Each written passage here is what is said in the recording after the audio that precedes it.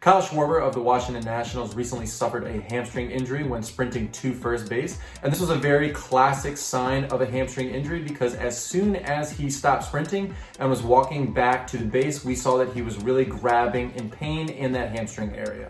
As of right now, sources are saying that Schwarber is in fact dealing with a hamstring strain and he's currently expected to be out indefinitely. Now, a sign of good news for this injury is that it has been reported that Schwarber will not need surgery to repair the injury, but since some people may not be too familiar with what exactly a hamstring strain can be and the grading system, and finally the therapy process in order to rehab this injury, I'm gonna go ahead and focus on that with this video. Welcome, baseball fans. For those who aren't familiar with me, my name is Nick Gallo and I'm a doctor of physical therapy. With this video, we're going to take a very close look at Kyle Schwarber's most recent hamstring injury that he suffered when sprinting to first base. If you like this video and you find it informative, please hit that thumbs up and subscribe to the channel because I will be making more videos in the future regarding sports injuries, rehabilitation, and other physical therapy related content. Also, if you have any comments or questions, please leave those in the comment section below. Now, here we see on the video that Schwarber, of course, is sprinting to first, and as he rounds, we see that he really extends his leg right here, and when he does this is when he seems to wince in pain, and we notice that he, of course, is grabbing at that hamstring area as he walks back to first base. Now, the hamstring musculature is actually located, of course, on the back of the thigh, so I'll go ahead and flip the model over here, but it's actually made up of three separate different muscles. Now, these muscles are the semimembranosus, which is a muscle that is located more deep on the hamstring muscle. And this one is actually located more medially or more towards the inside of the thigh. Then directly on top of that, we have a muscle known as the semitendinosus. And that, of course, is also located more medially or towards the inside portion of the thigh. And finally, as we move on towards the outside or lateral portion of the thigh, we get into a muscle known as the biceps femoris. Now, the biceps femoris actually has two separate heads, and they are the long head and the short head. Now, these muscles actually strictly are going to originate on an area of the hip known as the ischial tuberosity.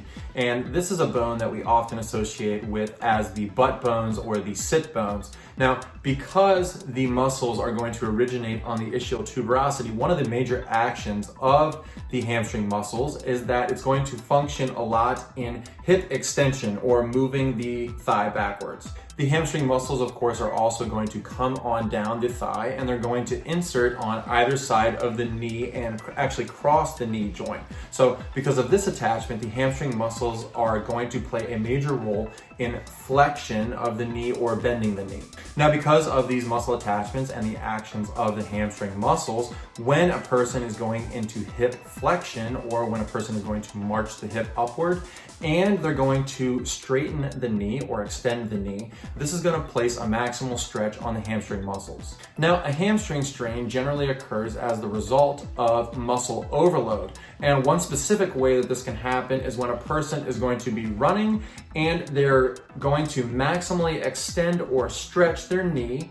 And before that foot hits the ground, that's when they start to feel a pain or a tightness within that hamstring area. Now, this is very similar to what we see on the play that Schwarber is injured. We see that he is rounding first base and he's going to stretch out his lower leg to try and hit first base to round it. But as he does this, we start to see that wincing and that obvious pain that he's suffering. Now, another reason why I believe this is the moment that Schwarber injured his hamstring is that ESPN also reported that essentially Schwarber felt that pop in the hamstring before he actually reached first base. Now, of course, the gold standard for diagnosing a hamstring strain is the MRI, and the Nationals essentially have released word that the MRI basically showed what they're calling a significant strain in that hamstring muscle. Unfortunately, they did not release the actual muscle that's involved with this, but we do know that it is one of those hamstring muscles. Now, of course, there is some on-field testing and clinical testing that we can do of a person that we suspect of a hamstring strain.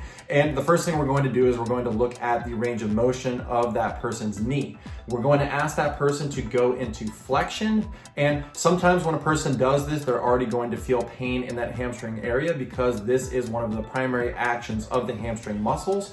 But when a person is in that flexion position, what we're going to do additionally is we're going to say something along the lines of "don't let me move you," and we're going to essentially try to move them out of flexion by placing some force on the lower leg, and this is going to activate that hamstring muscle. If a person is dealing with a bad enough strain, they're going to feel pain with range of motion and strength testing. Then one other thing we can do to finally confirm this is we're going to place the hamstring muscle in a stretch position. Now, because this is a contractile tissue, meaning that it can, of course, shorten and lengthen depending on what a person is trying to do, whether they are running or something along those lines.